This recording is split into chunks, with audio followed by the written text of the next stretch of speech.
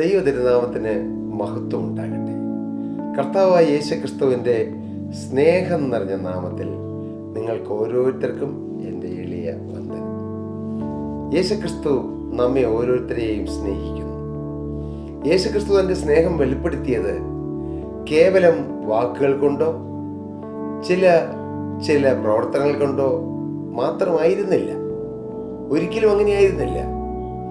യേശുക്രിസ്തു തൻ്റെ സ്നേഹം, നമ്മോടുള്ള സ്നേഹം വെളിപ്പെടുത്തിയത് കാൽവറി ക്രൂശിൽ തൻ്റെ ജീവൻ നമുക്ക് വേണ്ടി തന്നിട്ടാണ്.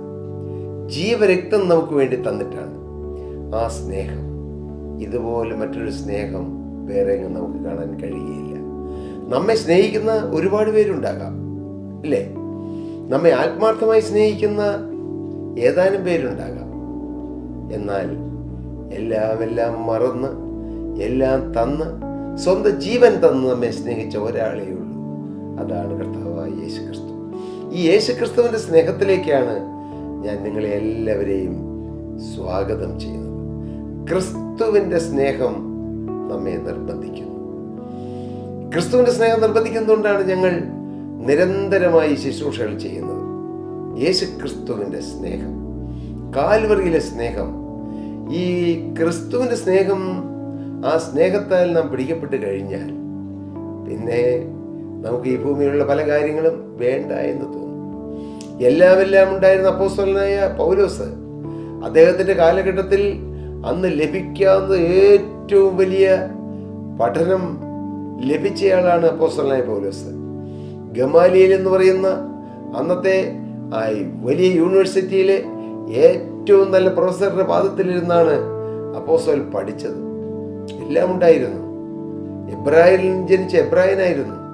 ന്യായപ്രമാണം സംബന്ധിച്ച അനിന്ദനായിരുന്നു.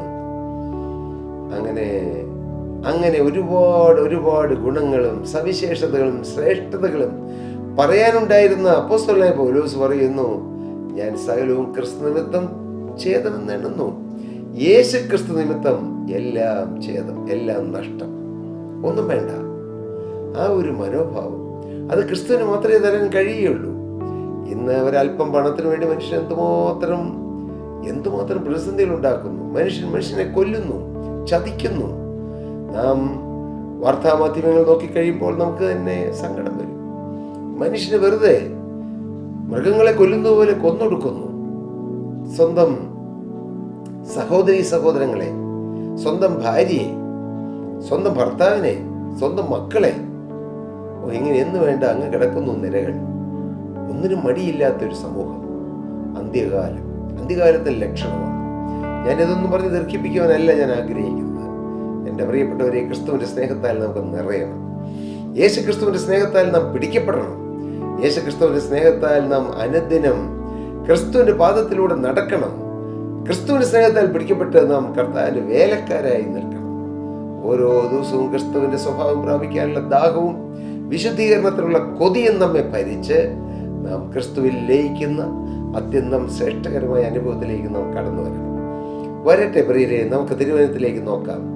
ലൂക്കോസ് സുവിശേഷം 1-ാം അധ്യായത്തിലെ വൃദ്ധരായ ദമ്പതിമാരുടെ കാര്യങ്ങൾ നാം ചിന്തിച്ചു വരികയായിരുന്നു.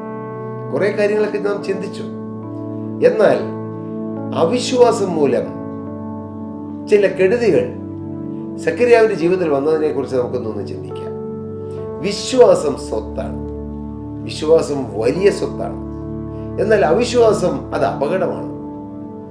നാം ക്രിസ്തുവിൽ വിശ്വസിച്ചാൽ, ക്രിസ്തുവിന്റെ വചനത്തിൽ വിശ്വസിച്ചാൽ, യേശു ക്രിസ്തുവിന്റെ വാഗ്ദത്തത്തിൽ വിശ്വസിച്ചാൽ ദൈവം നമ്മെ നിശ്ചയമായി അനുഗ്രഹിക്കും. വാഗ്ദത്തം ചെയ്തവൻ വിശ്വസ്തൻ എന്ന് എണ്ണുക. ഇവിടെ സക്കറിയാവിനോട് ദൂതൻ തന്നെ ഇറങ്ങി വന്ന് പറഞ്ഞു, സക്കറിയാവെ ഭയപ്പെടേണ്ട, നിന്റെ പ്രാർത്ഥനയ്ക്ക് ഉത്തരമായി നിന്റെ ഭാര്യ എലിസബത്ത് ഗർഭം ധരിച്ച ഒരു മകനെ പ്രസവിക്കും. ഒരു നാച്ചുറൽ കാര്യമല്ല ദൂതൻ പറഞ്ഞത്, സൂപ്പർ നാച്ചുറൽ. അതെ, ദൈവത്തിന്റെ വചനത്തിൽ ഒരുപാട് സൂപ്പർ നാച്ചുറൽ കാര്യങ്ങളുണ്ട്. സൂപ്പർ നാച്ചുറൽ എന്നെല്ലാം കേൾക്കുമ്പോൾ അലർജി തോന്നുന്ന ചിലരെല്ലാം ഉണ്ടാകാം. പക്ഷേ സൂപ്പർ നാച്ചുറൽ ധാരാളമുണ്ട് ഈ ബൈബിളിൽ. യേശുക്രിസ്തുവിന്റെ ജനനം തന്നെ ഒരു സൂപ്പർ നാച്ചുറൽ അല്ലേ? ഏറ്റവും വലിയ സൂപ്പർ നാച്ചുറൽ. അപ്പന്റെയും അമ്മയുടെയും മക്കളായി നാം ഓരോരുത്തരും ജനിക്കുന്നു. ഇല്ലെങ്കിൽ ഒരു പുരുഷന്റെ മകനായി ജനിക്കുന്നു. സ്ത്രീയുടെ സന്തതി ആരും ജനിച്ചിട്ടില്ല. പക്ഷെ യേശുക്രിസ്തു ജനിച്ചത് സ്ത്രീയുടെ സന്തതിയായിട്ടാണ്. അതൊരു സൂപ്പർ നാച്ചുറലാണ്. ഇങ്ങനെ നാം തിരുവചനം പരിശോധിച്ചാൽ സൂപ്പർ നാച്ചുറലായി ഒരുപാട് കാര്യങ്ങൾ സംഭവിച്ചിട്ടുണ്ട്, ഇപ്പോഴും സംഭവിച്ചുകൊണ്ടിരിക്കുന്നു, ഇനിയും സംഭവിക്കും, നിങ്ങളുടെ ജീവിതത്തിൽ സംഭവിക്കും. ഇല്ലേ? ഹല്ലേലൂയ. ദൈവനാമം മഹത്വപ്പെടട്ടെ. ഇവിടെ ദൂതൻ ഇറങ്ങി വന്ന് സെക്രട്ടറിയോട് പറഞ്ഞു, നീ ഭയപ്പെടേണ്ട, നിന്റെ പ്രാർത്ഥനയ്ക്ക് ഉത്തരമായി. നിന്റെ ഭാര്യ, ആ മച്ചിയായ വൃദ്ധയായ എലിസബത്ത് ഉണ്ടല്ലോ, അവൾ ഗർഭം ധരിച്ചൊരു മകനെ പ്രസവിക്കും. പെട്ടെന്ന് സെക്രട്ടറിയാവ് അമ്പരന്ന് പോയി. എൻ്റെ ഭാര്യ വൃദ്ധയും അവൾ മച്ചിയാണ്. ദൂതനോട് അങ്ങോട്ട് പഠിപ്പിക്കുന്നത് പോലെ, ദൂതൻ അറിയില്ലേ എന്നുള്ള ഭാവത്തോടെ. പക്ഷെ ദൂതൻ അപ്പോൾ അല്പം ഗൗരവസ്വരത്തോടെ പറഞ്ഞു, തക്ക സമയത്ത് നിവൃത്തിയുള്ള എൻ്റെ ഈ വാക്ക് നീ വിശ്വസിക്കായിക്കൊണ്ട് അത് സംഭവിക്കും വരെ നീ സംസാരിക്കാൻ കഴിയാതെ മൗനമായിരിക്കുമെന്ന് ഉത്തരം പറഞ്ഞു. വിശ്വാസം പ്രവർത്തിക്കേണ്ട സമയത്ത് അവിശ്വാസം പ്രവർത്തിച്ചു. പ്രിയപ്പെട്ട എൻ്റെ പ്രിയ മാന്യ സഹോദരി സഹോദരങ്ങളെ, നിങ്ങളുടെ ജീവിതത്തിൽ ആത്മീയമായോ ഭൗതികമായോ ജീവനുള്ള ക്രിസ്തുവിൽ നിങ്ങൾക്ക് അനുഗ്രഹങ്ങൾ ലഭിക്കണമെങ്കിൽ നിങ്ങൾക്ക് ഏറ്റവും അത്യന്താപേക്ഷിതമാണ് വിശ്വാസം. എന്താണ് വിശ്വാസം? ദൈവത്തിൻ്റെ അടുക്കൽ വരുന്നവൻ ദൈവം ഉണ്ട് എന്നും തന്നെ അന്വേഷിക്കുന്നവർക്ക് പ്രതിഫലം കൊടുക്കുന്നുവെന്നും വിശ്വസിക്കേണ്ടതല്ലോ. ഒരു ദൈവമുണ്ട്. ഞാൻ ദൈവത്തെ വിളിച്ചപേക്ഷിച്ചാൽ, ഞാൻ ദൈവത്തിന് പിന്നാലെ ഇറങ്ങി പുറപ്പെട്ടാൽ എനിക്കൊരു പ്രതിഫലമുണ്ട്. അത് ഈ ഭൂമിയിൽ മാത്രമുള്ള പ്രതിഫലമല്ല. ഭൂമിയിൽ മാത്രമുള്ള പ്രതിഫലത്തിലേക്ക് നാം നോക്കരുത്, അതെല്ലാം തീർന്നു പോകും. എന്നാൽ ഭൂമിയിലെ പ്രതിഫലവും വേണ്ടേ? തീർച്ചയായും വേണം. പക്ഷെ അതിലും വലുതാണ് നിത്യതയിൽ നമുക്ക് കിട്ടുന്ന പ്രതിഫലം, ആത്മാവിൽ നമുക്ക് ലഭിക്കുന്ന അനുഗ്രഹങ്ങൾ, ആത്മീക അനുഗ്രഹങ്ങൾ. കർത്താവിന് സ്തോത്രം. ഇവിടെ ദൂതൻ പറഞ്ഞു, തക്ക സമയത്ത് നിവൃത്തി വരാനുള്ള എൻ്റെ ഈ വാക്ക് വിശ്വസിക്കായിക്കൊണ്ട് അവിശ്വാസം വന്നത് മൂലം ഒരു കെടുതി സെക്കരിയാവിൻ്റെ ജീവിതത്തിൽ വരുന്നു. ജനം സെക്കരിയാവിനായി കാത്തിരുന്നു. അവൻ മന്ദിരത്തിൽ താമസിച്ചതിനാൽ ആശ്ചര്യപ്പെട്ടു. 1-ാം അധ്യായം 21-ാം വാക്യം. എന്നാൽ 22-ാമത്തെ വാക്യം ആദ്യ ഭാഗം പറയുന്നു, അവൻ പുറത്തു വന്നാറെ അവരോട് സംസാരിപ്പാൻ കഴിഞ്ഞില്ല. സംസാരം നഷ്ടപ്പെട്ടു പോയി. അവിശ്വാസം മൂലം നാവടഞ്ഞുപോയി. അവിശ്വാസം മൂലം ആരാധന നിന്നുപോയി. അവിശ്വാസം മൂലം മറ്റുള്ളവരോട് മിണ്ടാൻ കഴിയാതായി പോയി. അതേ, നമ്മുടെ ജീവിതത്തിൽ അവിശ്വാസം വരുത്തുന്ന കെണികൾ വലുതാണ്. നിങ്ങൾ വോൾട്ടയറിനെ കുറിച്ച് കേട്ടിട്ടുണ്ടോ? വോൾട്ടയർ ഒരു വലിയ താത്വിക ആചാര്യനായിരുന്നു. അദ്ദേഹം തന്റെ ശിഷ്യന്മാരെ പഠിപ്പിച്ചത് ഈ നിരീശ്വരവാദത്തെ കുറിച്ചാണ്. പക്ഷേ ഏത് മനുഷ്യനും മരണമില്ലേ? ഈ വോൾട്ടയറും മരണക്കിടക്കയിൽ കിടക്കുകയാണ്. അദ്ദേഹം ക്ഷീണിതനാണ്. പക്ഷേ ആ മരണത്തോട് അങ്ങ് അടുക്കുന്നതിന് തൊട്ടും അദ്ദേഹം കണ്ടു.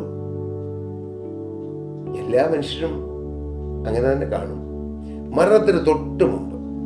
പക്ഷെ അന്നേരം കണ്ടിട്ട് പ്രയോജനമുണ്ടോ? പ്രയോജനമില്ല. അദ്ദേഹം കണ്ടു ഒരു നരകത്തിയിലേക്ക് അദ്ദേഹം താണു പോകുന്നതായി. അദ്ദേഹം നിലവിളിച്ചു. അതുവരെയും ധൈര്യത്തോടെയും ബലത്തോടെയും ശക്തിയോടെയും ദൈവമില്ല എന്ന് പറഞ്ഞ മനുഷ്യൻ നിലവിളിക്കുകയാണ്.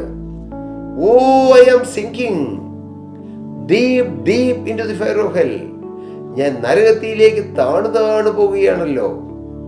Who can rescue me from this fire of hell?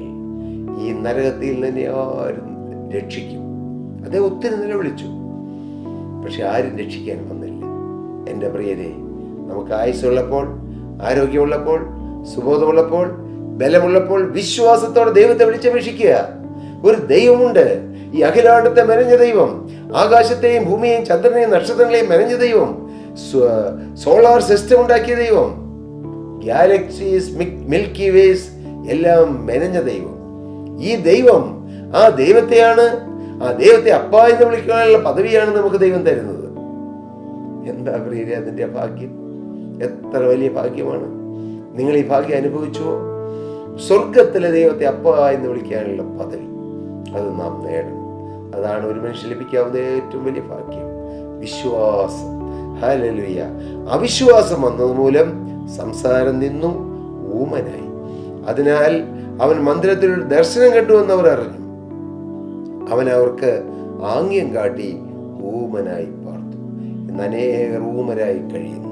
ഞാൻ പറയുന്നത് പുറമേ സംസാരമുണ്ട്, ചിരിയുണ്ട്, വർത്തമാനമുണ്ട്, പക്ഷേ ഇത് ആത്മാവിൽ മൂകത ബാധിച്ചിരിക്കുന്നു. ഊമരായി കഴിയുന്നു. സ്തുതിയില്ല, ആരാധനയില്ല, വചനം നാവിലില്ല, പ്രത്യാശയുടെ വാക്കുകൾ നാവിലില്ല. നിരാശയുടെ വാക്കുകൾ മാത്രം, അപകർഷത ബോധത്തിന്റെ വാക്കുകൾ മാത്രം, എന്നും പിന്നോട്ട് വലിക്കുന്ന വാക്കുകൾ മാത്രം. എൻ്റെ ജീവിതം ശരിയാകില്ല, എൻ്റെ ജീവിതം നശിച്ചു, ഇനി എനിക്ക് നല്ല ഭാവി വരുമോ, ഇങ്ങനെ ആവലാതിപ്പെടുന്ന ജീവിതം. എന്നാൽ ഒരു വിശ്വാസി പറയും, ഹല്ലേലൂയ, കർത്താവിന് സ്തോത്രം. ചെങ്കടലിന്റെ അരികിൽ മണലാരണ്യത്തിൽ ഇസ്രായേൽ ജനം വന്നു നിന്നപ്പോൾ അവർ പിന്നോട്ട് നോക്കി, ഫറവോന്റെ സൈന്യം വരുന്നു. അവിശ്വാസം പറഞ്ഞു നമ്മൾ നശിക്കുമെന്ന്. എന്നാൽ വിശ്വാസം പറഞ്ഞു നാം രക്ഷപ്പെടുമെന്ന്. അവിശ്വാസം പറഞ്ഞു മുന്നിൽ ചെങ്കടലാണെന്ന്. പക്ഷെ വിശ്വാസം പറഞ്ഞു ചെങ്കടൽ പിളരുമെന്ന്. അവിശ്വാസം പറഞ്ഞു പിന്നിൽ ഫറവോന്റെ സൈന്യമാണെന്ന്. പക്ഷെ വിശ്വാസം പറഞ്ഞു ഇന്ന് ഫറവോനെയും സൈന്യത്തെയും ചെങ്കടലിനെയും മുക്കിക്കളയുമെന്ന്. വിശ്വാസം. ഒരേ സാഹചര്യം, ഒരേ കുടുംബത്തിൽപ്പെട്ടവര്, ഒരേ സാഹചര്യങ്ങൾ കഴിയുന്നവർ. പക്ഷേ ചിലർക്ക് വിശ്വാസം, എൻ്റെ ദൈവം എന്നെ നടത്തും, എൻ്റെ ദൈവം എന്നെ സഹായിക്കും, എൻ്റെ ദൈവം എനിക്ക് ഈ രോഗത്തിൽ സൗഖ്യം തരും, എൻ്റെ ദൈവം എൻ്റെ കടബാധ്യത മാറ്റിത്തരും, എൻ്റെ ദൈവത്തിന് അസാധ്യമായതൊന്നുമില്ല. അങ്ങനെ നാം വിശ്വാസത്തോടെ നമ്മൾ വിശ്വാസം ഏറ്റുപറഞ്ഞാൽ ആ വിശ്വാസത്തിലൂടെ ദൈവത്തിൻ്റെ പരിശുദ്ധാത്മാവ് പ്രവർത്തിക്കുകയും നമുക്ക് കാര്യം നടത്തി തരികയും ചെയ്യും. അങ്ങനെ ഒരു ദൈവം ജീവിക്കുന്നു. കർത്താവിന് സ്തോത്രം. നാം വിശ്വാസികളായി ജീവിക്കുക. വിശ്വാസം ഒരു വലിയ സ്വത്താണ്, വലിയ സ്വത്താണ്.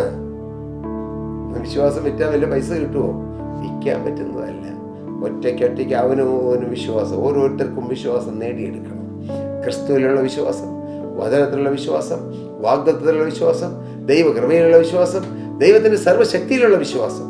ഈ വിശ്വാസം നിങ്ങൾക്കുണ്ടോ പ്രിയരെ? ഉണ്ടെങ്കിൽ മകളെ, നിന്റെ രോഗം മാറും, നിന്റെ ഭാരങ്ങൾ മാറും, നിന്റെ സങ്കടങ്ങൾ മാറും, നിന്റെ നെടുവീർപ്പുകൾ മാറും. ഇത് മാറ്റിത്തരുന്നൊരു യേശുവുണ്ട്. ആ യേശു എൻ്റെ അപ്പനാണ്.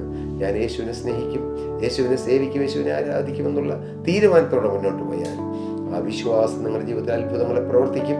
അതിനിടയാകട്ടെ എന്ന് പ്രാർത്ഥിച്ചുകൊണ്ടും ആശംസിച്ചുകൊണ്ടും അനുഗ്രഹിച്ചുകൊണ്ടും ഞാൻ എൻ്റെ വാക്കുകളെ നിർത്തുന്നു. ദൈവനാമം മഹത്വപ്പെടട്ടെ. പ്രിയപ്പെട്ടവരെ, നിങ്ങൾക്ക് പ്രാർത്ഥനാ വിഷയങ്ങളുണ്ടോ? തീർച്ചയായും നിങ്ങൾ ഞങ്ങളെ അറിയിക്കാം, ഞങ്ങൾ നിങ്ങൾക്ക് വേണ്ടി പ്രാർത്ഥിക്കാം. പക്ഷെ നിങ്ങളൊരു കാര്യം ചെയ്യണം. നിങ്ങൾ ആദ്യം യേശുവിനോട് പ്രാർത്ഥിക്കൂ, യേശുവിനോട് പറയൂ, യേശുവിനോട് നിങ്ങളുടെ ആവശ്യങ്ങൾ പറയൂ.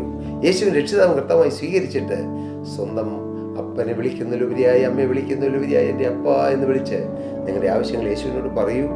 യേശു നിങ്ങളുടെ പ്രാർത്ഥന കേൾക്കും. യേശു നിങ്ങളുടെ പ്രാർത്ഥനയ്ക്ക് മറുപടി തരും. കർത്താവ് നിങ്ങളെ എല്ലാ നന്മകളാലും നിറയ്ക്കട്ടെ. ദൈവനാമം മഹത്വം.